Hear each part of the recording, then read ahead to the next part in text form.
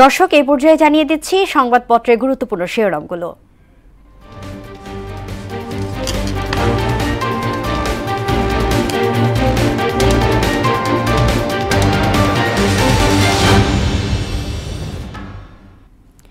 দর্শক জানিয়ে দিচ্ছি সংবাদপত্রের প্রধান শিরোনাম। প্রথমে আমার হাতে আছে প্রথম আলো শিরোনাম করেছে ইরান নিয়ে সিদ্ধান্ত 2 সপ্তাহেই।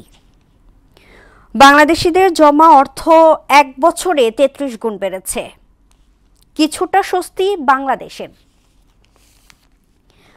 দৈনিক ইত্তেফাক শিরোনাম করেছে 5 আগস্ট ছাত্র জনতার অভ্যুত্থান দিবস, সরকারি ছুটির ঘোষণার সিদ্ধান্ত।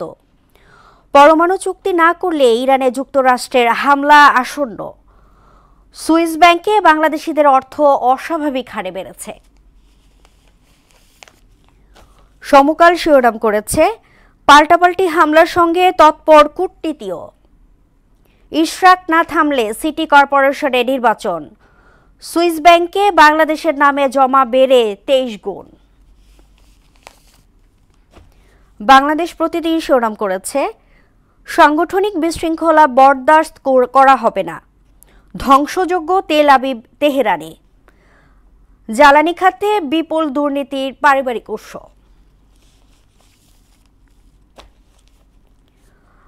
এবার যুগান্তর শিরোনাম করেছে ধীরে ধীরে ইরানের বড় হামলা, আন্দোলনের বছরে সুইস ব্যাংকে টাকার পাহাড়।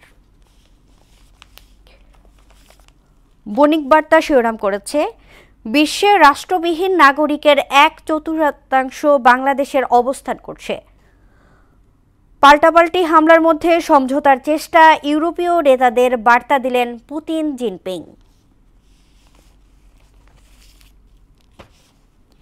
এবং দ্য ডেইলি স্টার হেডলাইন করেছে funds linked to Bangladesh hit 3-year high, 2 weeks for diplomacy.